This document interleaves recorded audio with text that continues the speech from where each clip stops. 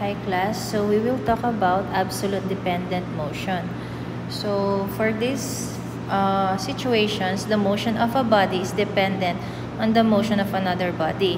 Examples are on interconnected blocks by cords around pulleys, as you can see sa illustrations.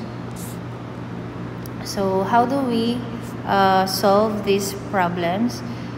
These problems we can solve for the velocity kapag may motion dito sa mga systems na to. We can get yung velocity and acceleration ng mga blocks or ng mga bodies. So to solve for these problems, we need the property ng length ng cord natin. Since ito yung nagko-connect sa dalawang body, we can say na hindi nagbabago yung length natin, yung total length ng cords natin na to. Kahit bumaba si A, aangat si B, the length stays constant. Same dito sa pulley system. If going to the right si block A, it will pull the whole system. Pwedeng umangat. Ito yung magva-vary. Yung block B, pwede siyang umangat. But still, the total length of the cord stays the same. So, dahil sa constant ang total length ng cord, we can get yung corresponding velocity and acceleration ng mga bodies. So, let's first write yung total length ng cord. So, we can write yung equation ng cord by naming each segment ng cord. For example, dito, we can name this segment ng cord as SA. Sa segment naman na to, we can name this segment as SB. So, as you can see, dito sa pulley, sa place ng pulley, meron kang maliit na distance or dimension doon, which is constant. Bakit siya constant? Dahil if upward si B, bababa si A, anong mangyayari dito? Gumalaw man ng cord going up and going down, this dimension stays the same. Kahit humaba si SA, iikli si SB, this part of the cord stays the same, yung measurement niya. So, we can call that L1.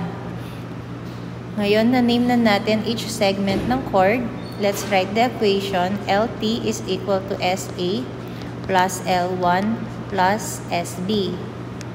So, anong gagawin? With this one equation, paano mo makukuha yung velocity ng block A and block B?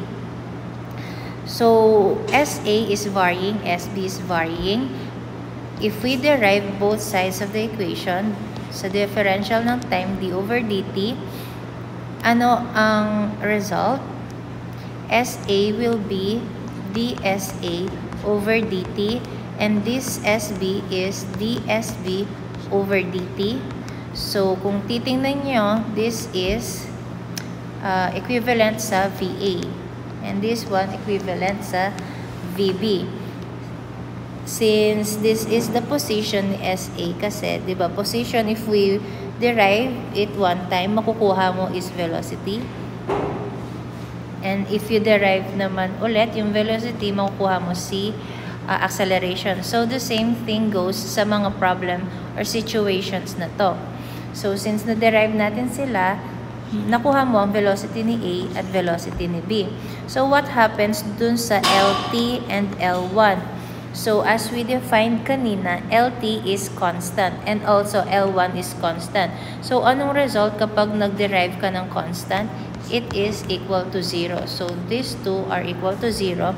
So, if we complete the equation, 0 is equal to derivative ni SA is velocity ni A. And then, 0 na yung L1. So, plus B. First derivative ni SB over dt is velocity sa B. So, now we get the relationship ni VA, velocity ni block A, and velocity ni block B. So, let's do the same dito sa second figure. Let's form the equation ng total length. So, this is our cord. Umikot-ikot siya around the pulleys. So, we have 3 pulleys. So, let's name each segment first. So let's call this SB since malapit siya sa block B. This one is SA.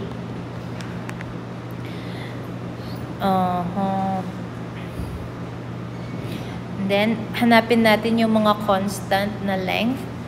This one is a constant length. This one. So, let's name it L1. Around this pulley, may constant length tayo na L2. And around this pulley, may constant length tayo. Let's name it L3. And this one, may constant length tayo. Let's name it L4. Then, what's this distance? Hindi pa natin ito na-name. So, is this a varying dimension or constant din siya like no L1 to L4? So, kung titingnan nyo, fixed itong pulley dito dahil dun sa connection niya sa ceiling. Fixed din yung pulley dito dahil sa connection niya sa floor. So, ibig sabihin, this dimension is constant din. So, we can name this L5. So, let's form the equation of the total length of the cord. So, LT is equal to L1 plus SB. How many SB do we have? 1 and 2. So, may tatlo tayong dalawang SB. So, 2 SB plus L2 plus SB na to. Then, may L3 tayo doon. Plus L5 plus L4 and plus SA. So, that completes the total length ng ating cord. So, derive both sides of the equation. 0 ang mga constant length. Matitira yung mga varying na length na SA and SB, which if we derive, magre-result sa velocity sa position na yan. So, 2, derivation ng SB. So, VB na yan. So, 0 na yung lahat. Then, SA na tayo. So, SA, first derivative niya is velocity ng block A. So, then, we get the relationship ng VA and VB. So, we defined yung total length or we named na lang. So, we named for this first figure, na-name natin, ito ang naming natin sa kada segment ng cord. So, ito yung SB natin. So, there's another way to name SB. We can define SB as na nandito. Pwedeng nandito si SB. Let's do this dun sa next figure. So, this is another way of solving the problem. So, name natin siya ulit. L1. Ito yung L2, L3. This is constant pa din. L4. then, meron tayong mali doon na L5. So, this is still SA. Then, yung SB, i-dimension natin siya from the floor. Ito yung SB. So, from this figure, let's solve yung total length ng cord natin. So, LT is equal to L1 plus. So, ito pa din yung length ng cord, pero hindi natin siya ni-name na SB kasi si SB nandito siya sa ilalim. But we can derive its equation by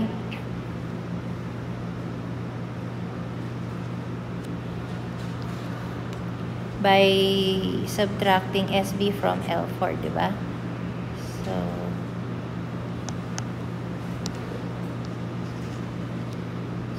So reference ni SB ay from that pulley.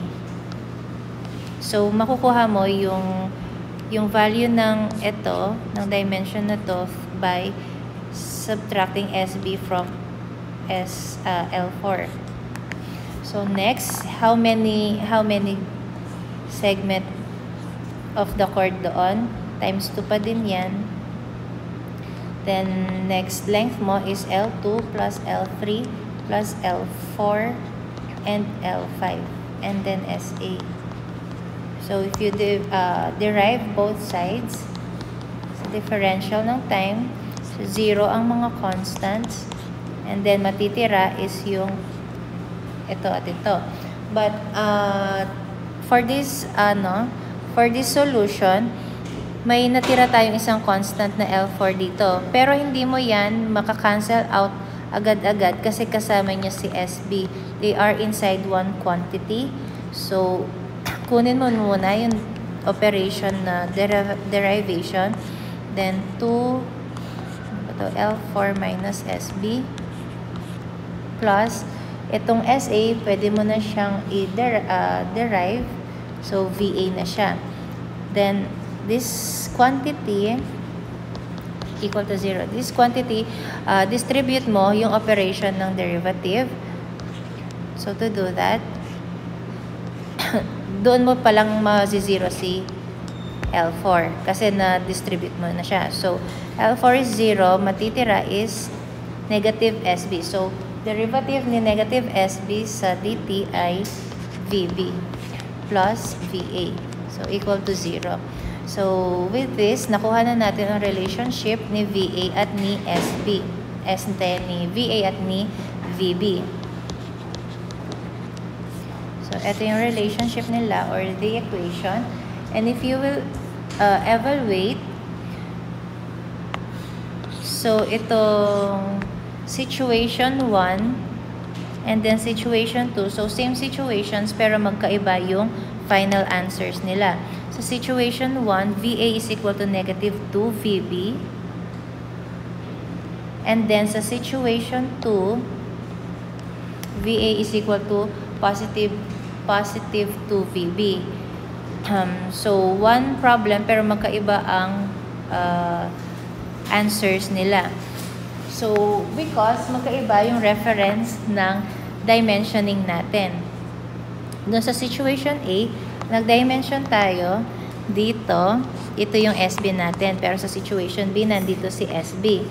Now, evaluate yung result nung equation natin. Sa situation 1, inverse ang kanilang relationship. So, ibig sabihin, if block A goes to the left, magsho-shorten si SA.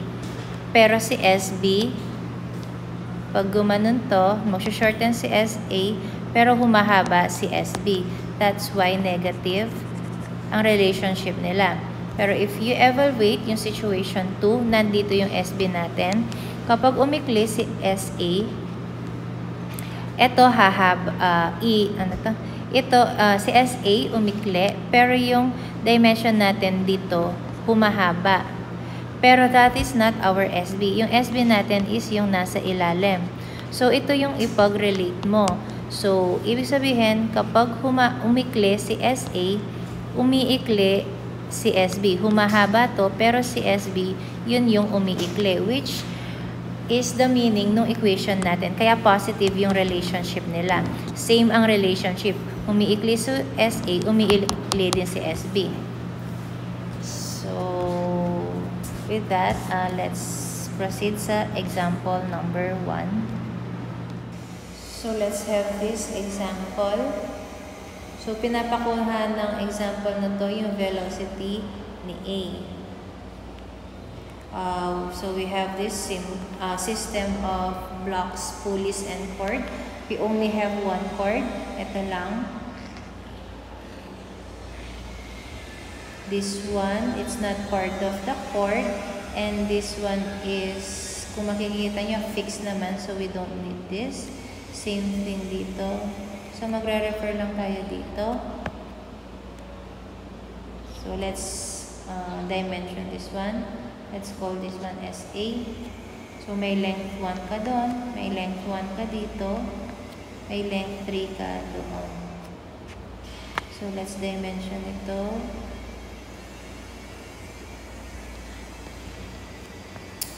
SB, since connected siya sa SB. So, ilan ang pwede nating SB? 1, 2, and 3. Pero may portion pa dito.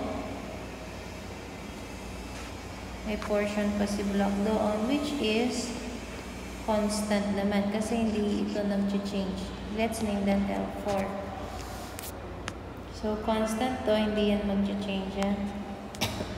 At hindi din siya part ng cord natin. So now let's form yung equation ng total length.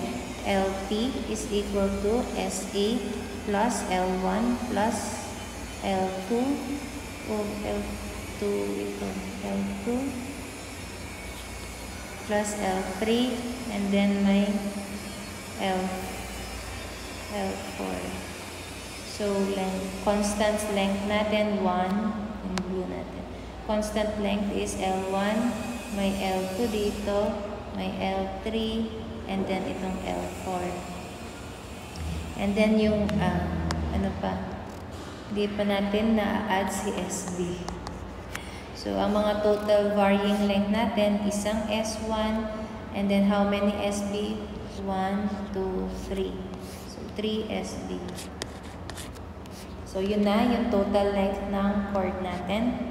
Correct ba? SA, L1, isang SB, L2 is pangalawang SB, then L3, pangatlong SB, and then L4. Okay? So, that's the total length. Now, to get yung velocity ni A, let's derive both sides sa differential ng time. So, this is 0, 0, 0, 0, 0. Ang natira, yung first derivative ni SA, it's the velocity of A. And then, differentiate ito, plus 3. Ano ang derivative ni SB? It's the velocity at B. So, ito na yung equation. Then, let's substitute yung 6, yung given na value ni VB. So, this VB is equal to 6 FTS. So, makukuha natin si VA. VA will be equal to negative 3 times 6. So, VA is negative 18 FTS. So, let's interpret yung result. So, yung final equation natin is VA negative 3AB. Ito. So, ano ibig sabihin nun? Opposite ang kanilang reaction. So, if si VA ay humahaba, pababa siya, anong nangyayari kay block B? Umiikli yung SB. Pataas si block B. So, yun ang ibig sabihin ng negative ang relationship nila. Negative ang value ni VB. So, that answers yung problem. Proceed tayo sa problem. Example number 2. So, ito yung system of pulleys, blocks, and cords. Kung makikita ninyo, ang cord natin dito ay dalawa. Cord 1, ito, and then we have another cord which starts doon hanggang doon. So, we have 2 cords, pero pinapakuha ni problem is velocity sa A. Given itong velocity ni B, pataas. So, now let's form yung LT equation. But first, let's name yung mga dimensions. Kulay red ang gamitin natin. So, syempre, SA. Ito. SA, meron tayong constant length sa pulley 1, constant length 2 sa pulley na to. That's SA. And then, meron tayong constant length dito. Let's call this L3. Then, punta tayo sa chord number 2. Meron tayong ito. Ito. Yeah. Di pa pala natin na-name ito. Itong part na to. So, let's name that. May L3 na tayo. Ito naman. Anong name natin dito? Let's call it B. Nandito yung B. Let's call this C. Let's call this pulley C. So, yung name natin for this one is, since it's varying, diba, nag-iiba yan, SC yan. SC. And then next, sa chord 2 tayo. This part of chord 2 is also constant. Let's call this L4. May constant again dito. Let's call this L5. Then, i-carry over natin ito. This is also SC. And then, ito, let's call this SB. Since siya SB. Since siya yung connected kay block D. So, na-name na ba lahat ng segment? SA, L1, SC yung dalawa, and then L3. May L2 pa dito. Okay na si chord 1. Dito, SB yung dalawa. Ito at ito. Then, may L5 kang constant doon. SC na din to. SC na din to. And then, may constant length tayo doon sa taas na L4. So, na-name na natin lahat. Let's form the equation. So, chord 1 muna tayo. So, for chord 1, SA plus L1 plus ito ay dalawang SC.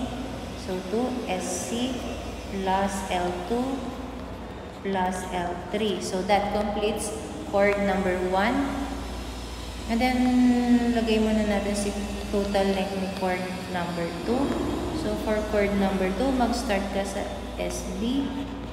And then, L plus S5. Diba? L5. And then, another SB pala dito. SB. And then, may SC ka dito. Plus SC. And then, yung constant na L4. So, meron kang dalawang SB. Let's simplify this. Dalawang SB. And then, plus L5 plus SC plus L4. Now, let's derive na yung dalawang equation at both sides sa differential ng time. So, this is 0. 0. This is also 0. Ang natira is SA. Ay, ano to? SC. Sorry, SC plus dalawang SC. So, sa chord number 2, let's derive both sides. So, differential ng time. So, 0, 0, 0. So, ang natira, 0 to SB plus SC. Ay, sige. May mali ako. Ano yung mali ko? Ano yan? Lagi ko. Dinerive mo. So, hindi na yan S. Dinerive mo. So, hindi na yan S. That should be V. Velocity na tayo dito. So, pag dinerive mo this operation, nag-operate ka niyan, dinerive mo, magiging velocity na sila. Okay? Dito, kung mapapansin nyo, yung isang hindi tayo agad nag-derive dito. Ito, since naka-quantity, kung ma-remember mo nyo yung example natin kanina, naka-quantity yung L4 minus SB times 2. So, nung derive, hindi natin siya agad dinerive, hindi natin agad siniro to. So, kinuha muna natin yung operation, minentain siya, and then dinistribute to isa-isa. So, para makita natin isa-isa, mas malinaw. So, dun pa lang natin ziniro ito. So, ayun. Natira is negative SB.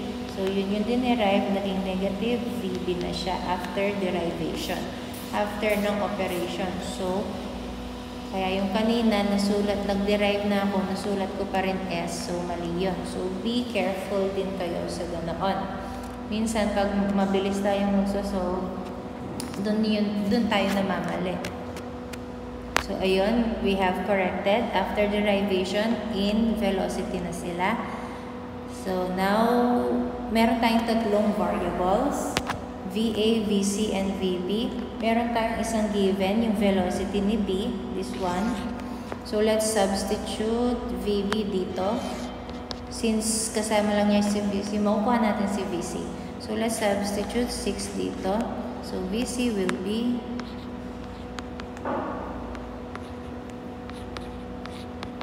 negative 12 FTS.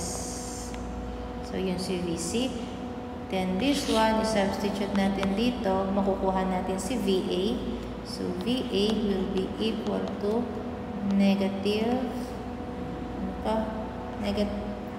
negative 2 times negative na VC, negative si VC natin. So positive 24 FAS na yung VA. So how do we interpret this? Tatlo yung velocity. Paano mo i-evaluate? Dito sa first equation, ito muna. Let's use blue. Yan. So, itong first equation natin, or let's use this one. So, VA is negative ang relationship niya kay VC. Itong VA and VC, negative ang kanilang relationship. Ibig sabihin, pag humahaba yung dimension ni A, umiikli si dimension ni C, yung SC. Kasi nga, hinila. So, aangat yan pag hinila mo pababa. To, hahaba si SA, umiikli si SC. That's why, negative ang relationship nila. And then, for equation number 2, ito, sa VC, ang relationship ng VC dun sa VB ay negative din. So, ibig sabihin, kapag humaba itong SB na to, humaba yan, umiikli din naman si VC. Itong yung SC, itong part na to. So, I hope naintindihan yung relationship nila.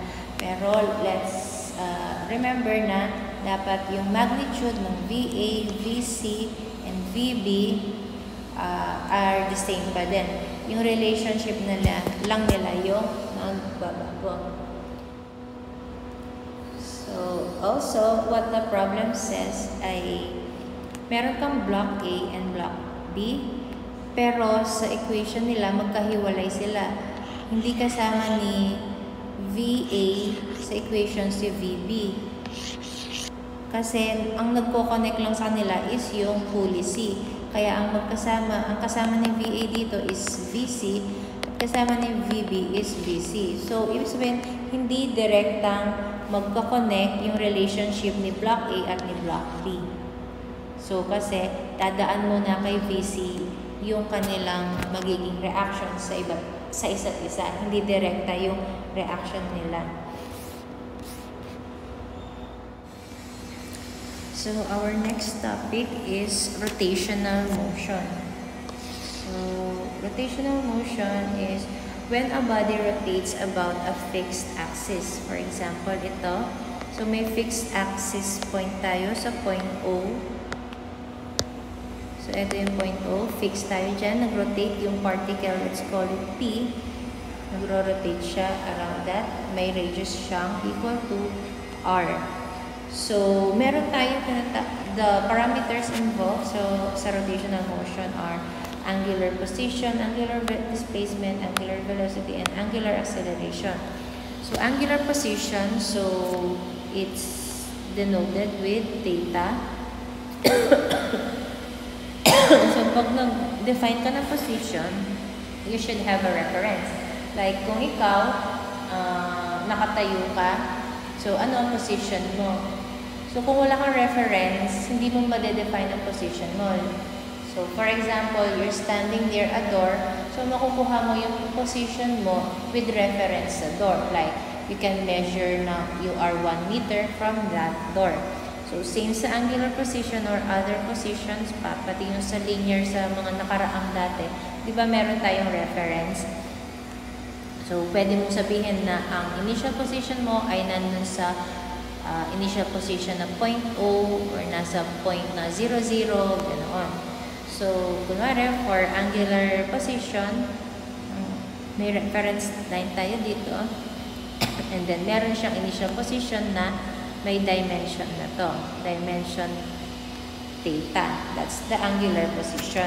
So, next, angular displacement. Kunwari, from that initial position, nag-move si point P going in a counterclockwise direction, napunta siya dito sa point na to. So, meron siyang displacement denoted as d theta. So, this magnitude can be expressed in terms of degrees or radians or revolutions. That's yung sa displacement. Same sa position. You can have it in units na degrees, radians, and revolutions. Position din yan.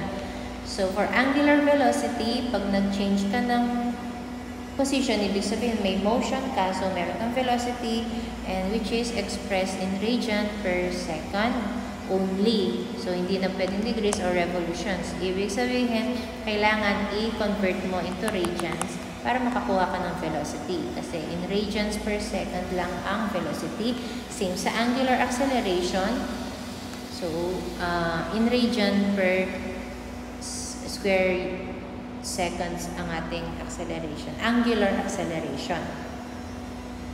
So, for varying acceleration, meron tayong angular position, meron tayong angular velocity and angular acceleration. Same dun sa mga nakaraang lessons natin, to get yung velocity, we derive yung position. So, for this rotational motion, meron tayong position theta. So, if we derive that with time differential, makakakuha ka ng angular displacement. At pag derive mo itong angular displacement, makakakuha ka ng angular velocity. ST acceleration. Ito. So, units nga nila are this one. So, next, for constant acceleration. For constant acceleration, we can use yung 3 equations dun sa linear. Itong tatlo na to. Isa-substitute lang natin yung mga variables for angular motion or rotational motion. So, for S, angular position ang i-replace. For velocity, yung angular velocity ng omega. And for acceleration na A, i-substitute mo yung alpha for angular acceleration. Then you can use this kapag sinabi ng problem na constant or uniform ang acceleration ng motion ng body mo. So, rotational motion of a point. So, parang sinasabi lang dito na from angular properties or angular parameters ka, itong mga to, angular parameters yan, pwede mong i-express into parang linear, into ds, vs, and a, acceleration. Kasi itong mga to, mga angular pa lang to angular, and then yung omega and alpha are angular. So, we can get yung corresponding S, V, and A by doing the following procedure. So, to get ds, ibig sabihin displacement yon.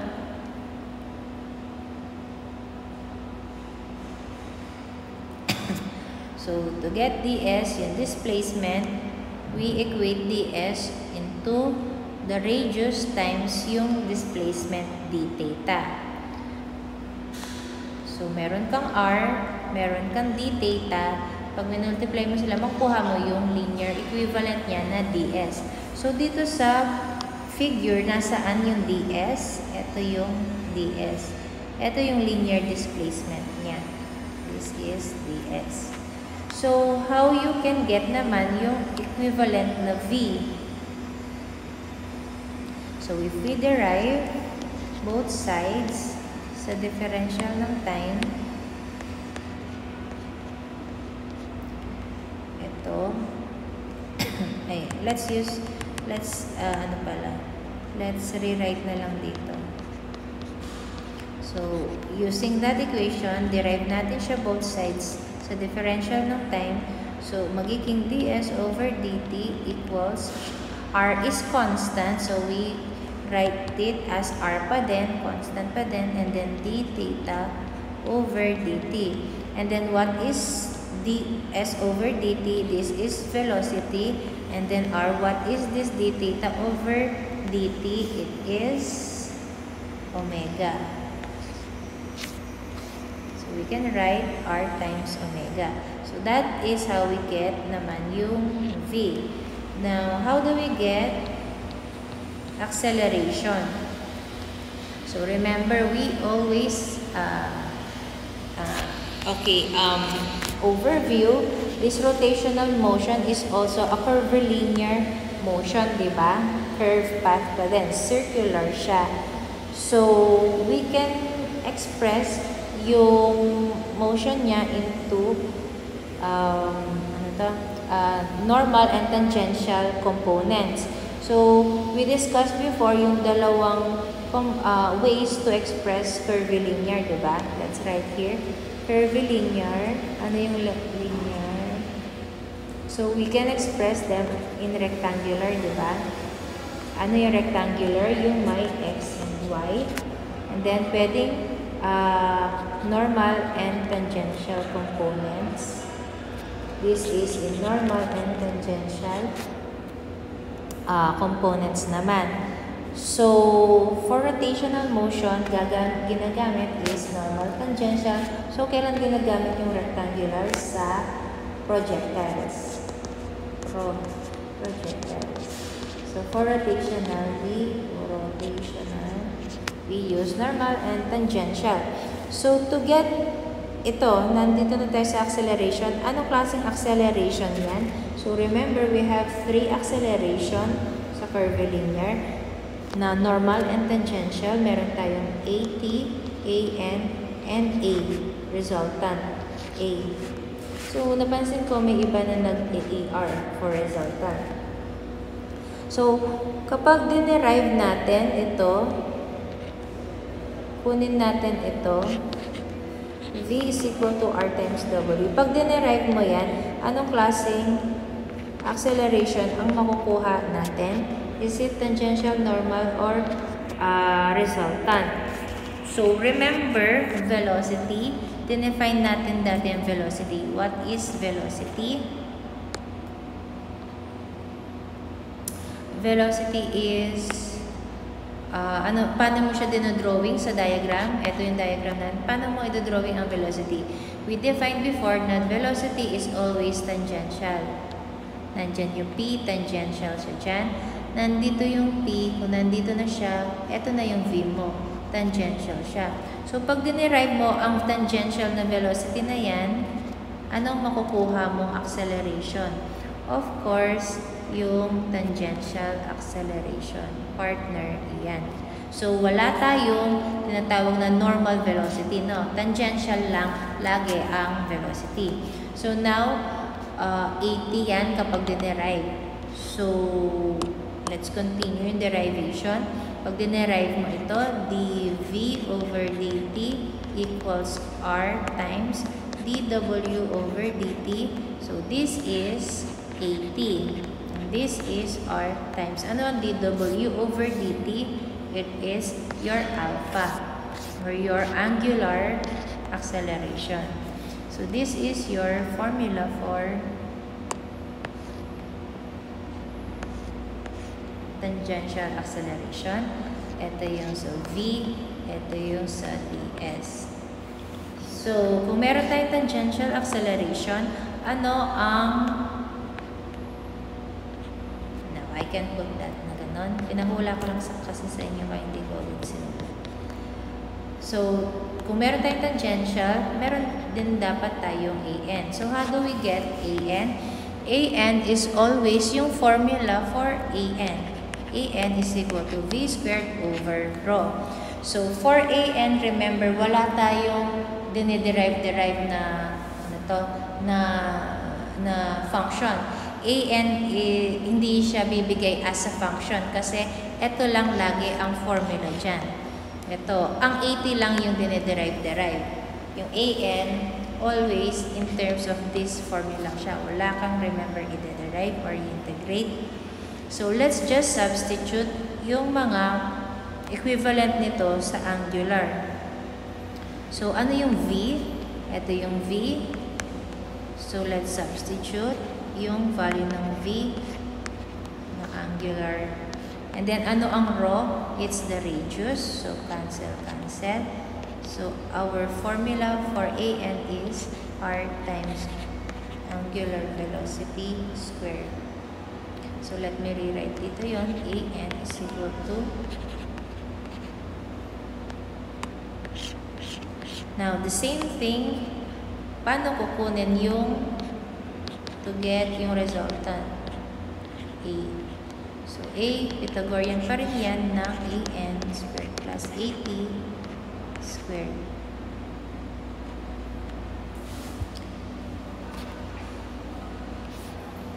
So, ayun. This procedure is parang tinatranslate mo yung mga angular parameters into linear. Linear, ibig kong sabihin yung S, V, AT, AN, and then ultimately yung A. Now, let's solve this rotational motion problem. So that the motor shown in the photo is used to turn a wheel and attach blower contained within the housing. The details are shown in the figure. So if the pulley A, so this is pulley A.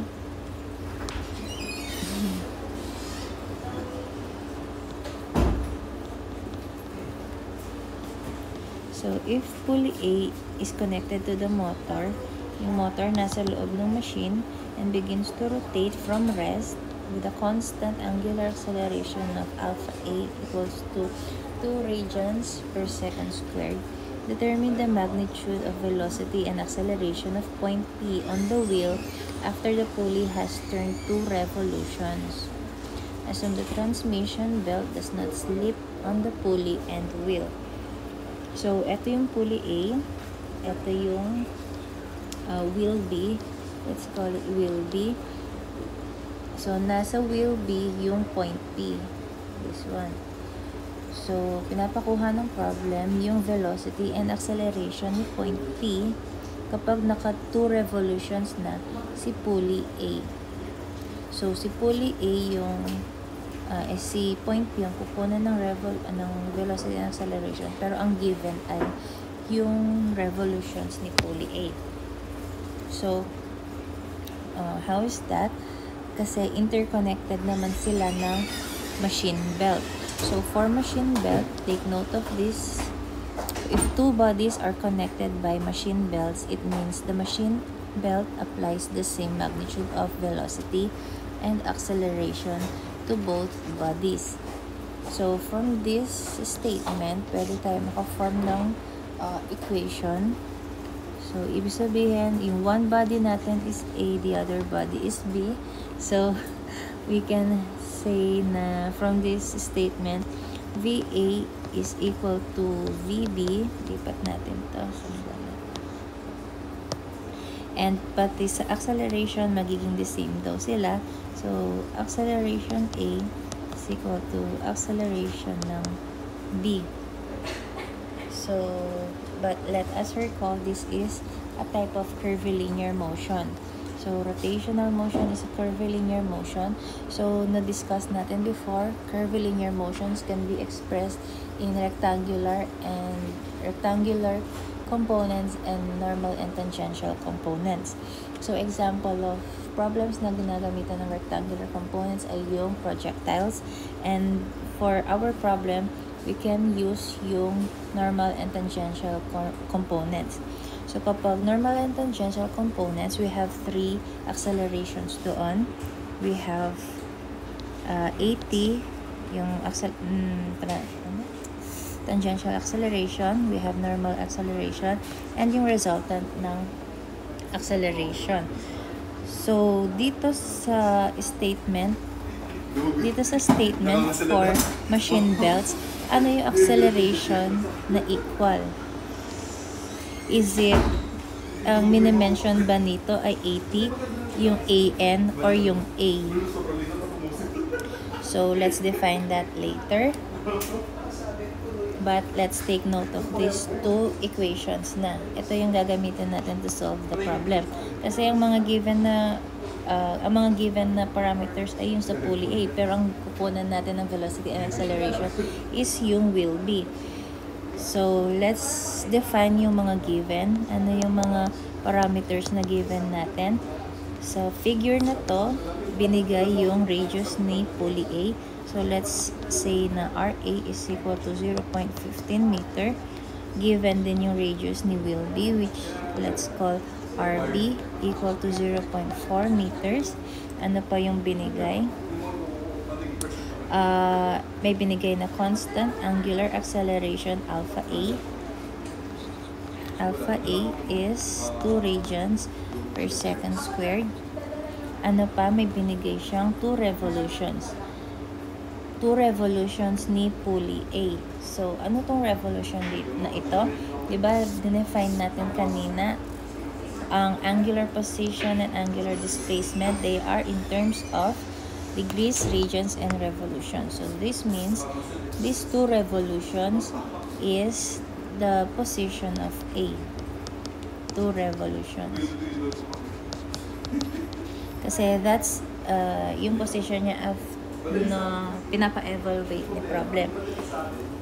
Yun yung kukunan natin ng velocity and acceleration ni wheel, point P na nasa wheel B. So, ito yung mga given natin. And also, the motion begins from rest. So, ibig sabihin, yung mga initial velocity, initial position are 0, 0. So, ano pa ang pwede natin ma-derive from the problem? So, sabi niya, this acceleration is constant. So, kapag constant acceleration, we can use yung 3 equation for constant acceleration na di-define natin kanina. So, ito. These are the equations for constant acceleration natin for rotational.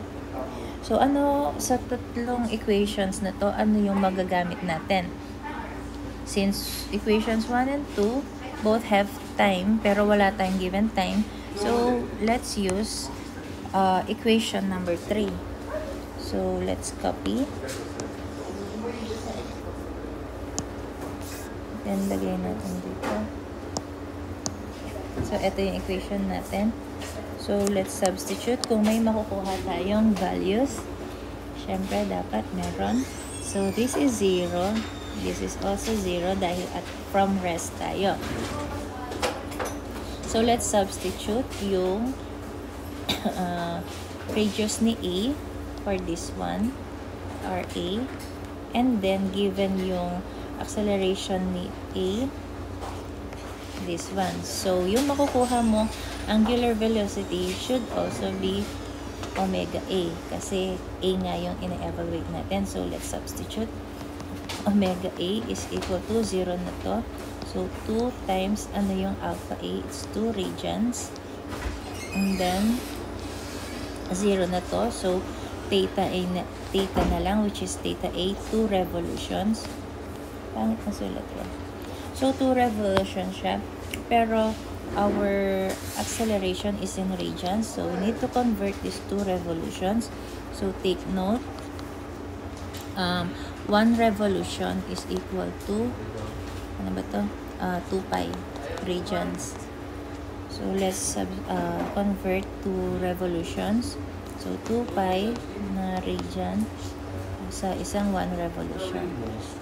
So, ang makukuha nating omega A or the angular velocity of pulley A is equal to 7.09 radian per second. So, this is omega A. Next, we're trying to get yung velocity sa wheel B. But what we have is yung parameters sa A. So, we can use na this equation 1. So, let's write down here. VA is equal to VB. And then, may definition tayo ng VA and VB from this one. Ito.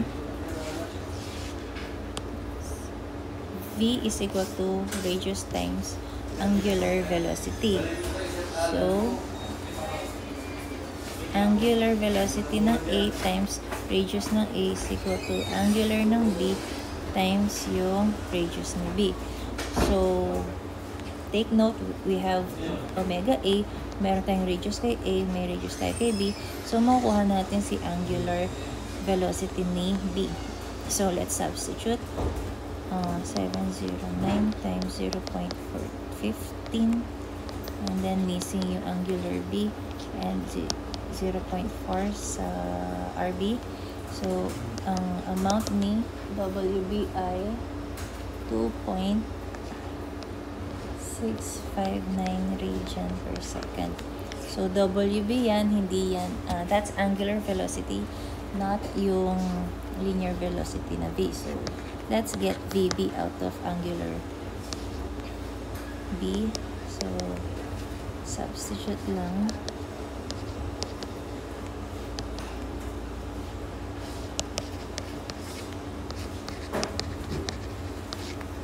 So, VB is 1.06 meter per second.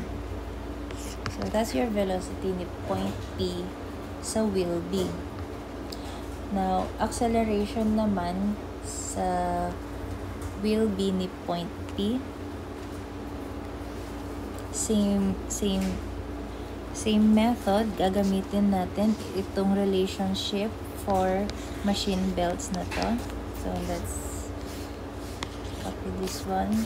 Acceleration A is equal to acceleration sa B. Anong definition ng acceleration? How do you get yung acceleration given yung angular acceleration? Is it AT or is it AN? So, remember, meron for normal and tangential, meron tayong tatlong acceleration, diba? So, anong acceleration ito? Is it AT, AN, or resultant na acceleration? So, remember, anong definition natin sa velocity? Velocity is always tangential to the path ng motion. So, kung meron kang point dito, yung point na yan nagta-travel and it has velocity. Yung velocity is tangential, ganyan. So, kung nandito yung point, tangential pa rin siya. The same if nandito yung point, tangential ang velocity.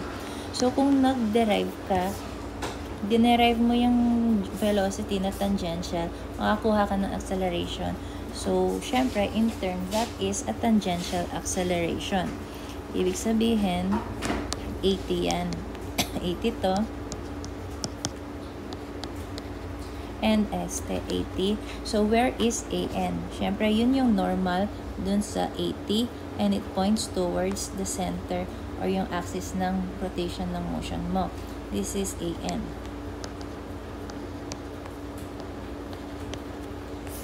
So, let's substitute. Let's get yung acceleration na sa B. So, let's get yung formula for 80. R times yung alpha, yung angular acceleration.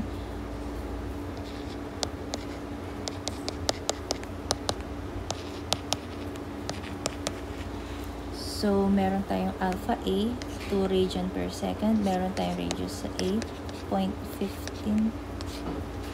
Tama. Then, missing yung alpha B.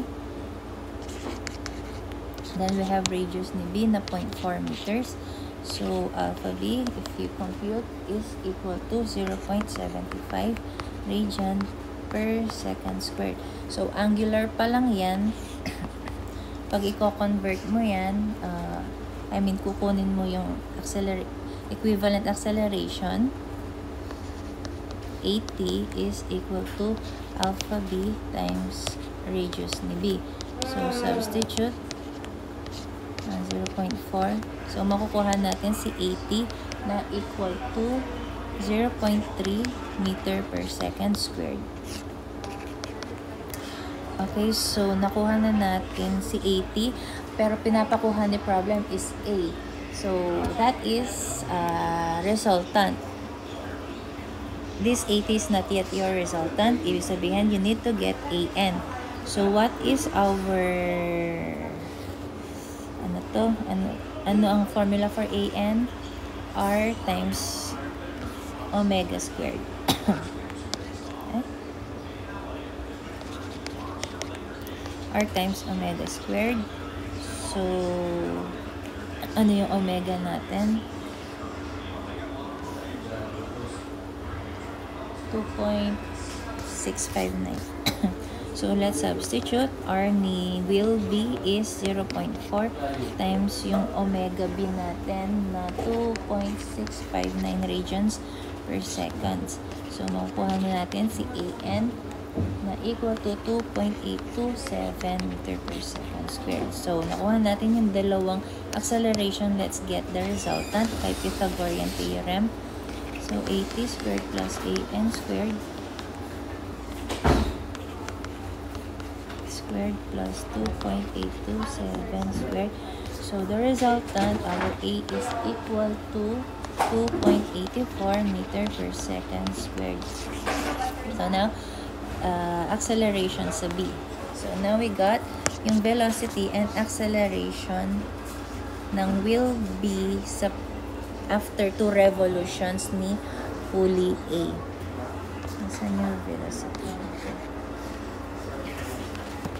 So, this principle, yung principle ng belt, machine belts ay applicable dun sa mga motion ng mga connected gears.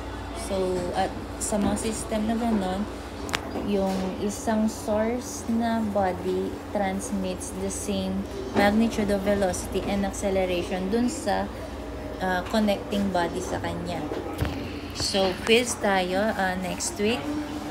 Topics, this rotational motion and yung absolute dependent motion.